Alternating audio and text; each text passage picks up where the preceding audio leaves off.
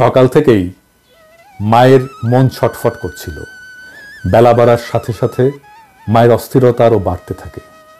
জীবিকার টানে শহরে অবস্থান করা সন্তানের হঠাৎ অমঙ্গল চিন্তায় মায়ের মন আর মানছিল না। তাই ছেলেকে সাবধান করতে ফোন করেন গ্রামের বাড়িতে থাকা মা মোমেনা বেগম। ফোন করেই বিচলিত মা জানতে চান, বাবা তুমি এখন কোথায়? মায়ের কণ্ঠে উদ্বেগ বুঝতে পেরে ছেলে মিথ্যে করে জানায়, মা আছি, বাসায় আছি, তুমি কোনো চিন্তা করো না। মোমেনা বেগম ছেলের কথায় বিশ্বাস করে তাকে সতর্ক করে বলেন, বাবা আজ তুমি কোথাও বের হবে না, আমার মন কু ডাক ডাকে, তোমার বড় বিপদ হবে। আমি কোথাও বের হব না মা। ছেলের এমন মিথ্যা আশ্বাস ছিল মোমেনা বেগমের সাথে। তার নারী ছেঁড়া ধন, বুকের মানিক, জাকির হোসেনের শেষ কথা। ঠিক তখনই ফোনের অপর পাশে থাকা উদ্বিগ্ন মা গুলির শব্দ শুনতে পান। সেই গুলির শব্দ শুনে মায়ের বুক ধক করে ওঠে। মুহূর্তেই ফোনের অপর প্রান্তের কণ্ঠ থেমে যায়। মা বুঝে ফেলেন সব।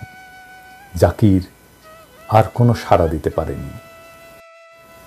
গাজীপুর থেকে উত্তরার বায়ারদের সাথে দেখা করতে যাওয়ার পথে গত 19 জুলাই শুক্রবার বেলা 2:30টার সময় রাজধানীর আবদুল্লাপুর এলাকায় গুলিতে আহত হন মোমেনা বেগমের বড় ছেলে জাকির হোসেন।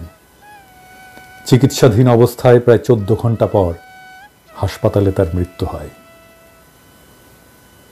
জাকির হোসেন গাজীপুর জেলার কাপাসিয়া উপজেলার বারিসাব ইউনিয়নের চর দুর্লভখা গ্রামের দরিদ্র কৃষক মোহাম্মদ আব্দুস সামাদের বড় ছেলে।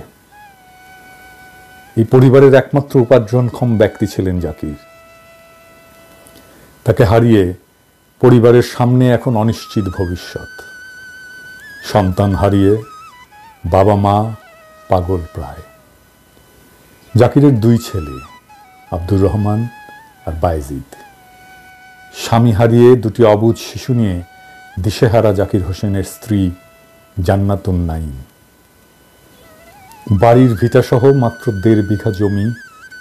একমাত্র উপার্জনক্ষম জাকির হোসেনই সম্বল ছিল তাদের।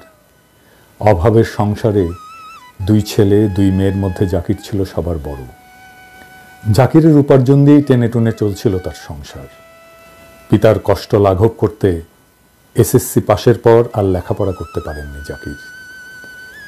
সংসারের বোঝা কাঁধে নিতে 2003 সালে গাজীপুর সদরের ভাওয়াল মির্জাপুর এলাকায় একটা তৈরি পোশাক কারখানায় শ্রমিক হিসেবে কাজ শুরু করেন।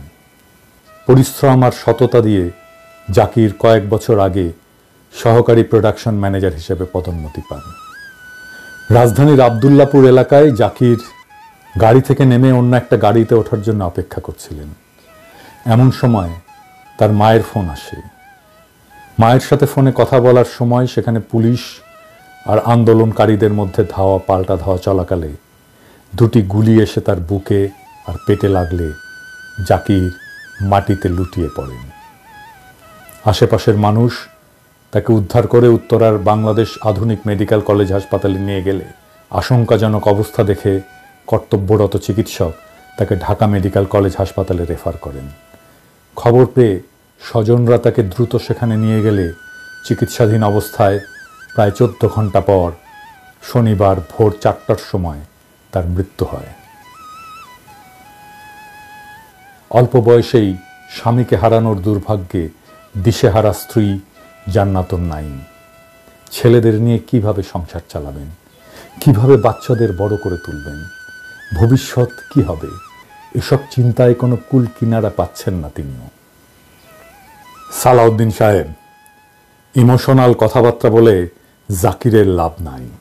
লাভ আপনার মতো শকুনদের, যারা জাকিরের রক্তের উপর দিয়ে ক্ষমতার মসনদে বসেন। কোনো ত্যাগ নাই, কোনো যন্ত্রণা নাই, শুধুই উপভোগ। ক্ষমতা, অর্থ, বিত্ত, সম্পদ, সম্মান, সবকিছু। জাকিরের 2 ছেলে কিভাবে বড় হবে, তার স্ত্রী কিভাবে জীবন চালাবে। এই পিনাকি এক কাপড়ে দেশ ছাড়ছে, সব হারাইছে। 55 বছর বয়সে 400 ইউরোর রিফিউজি ভাতায় জীবন চালাইছে। সুপারমার্কেট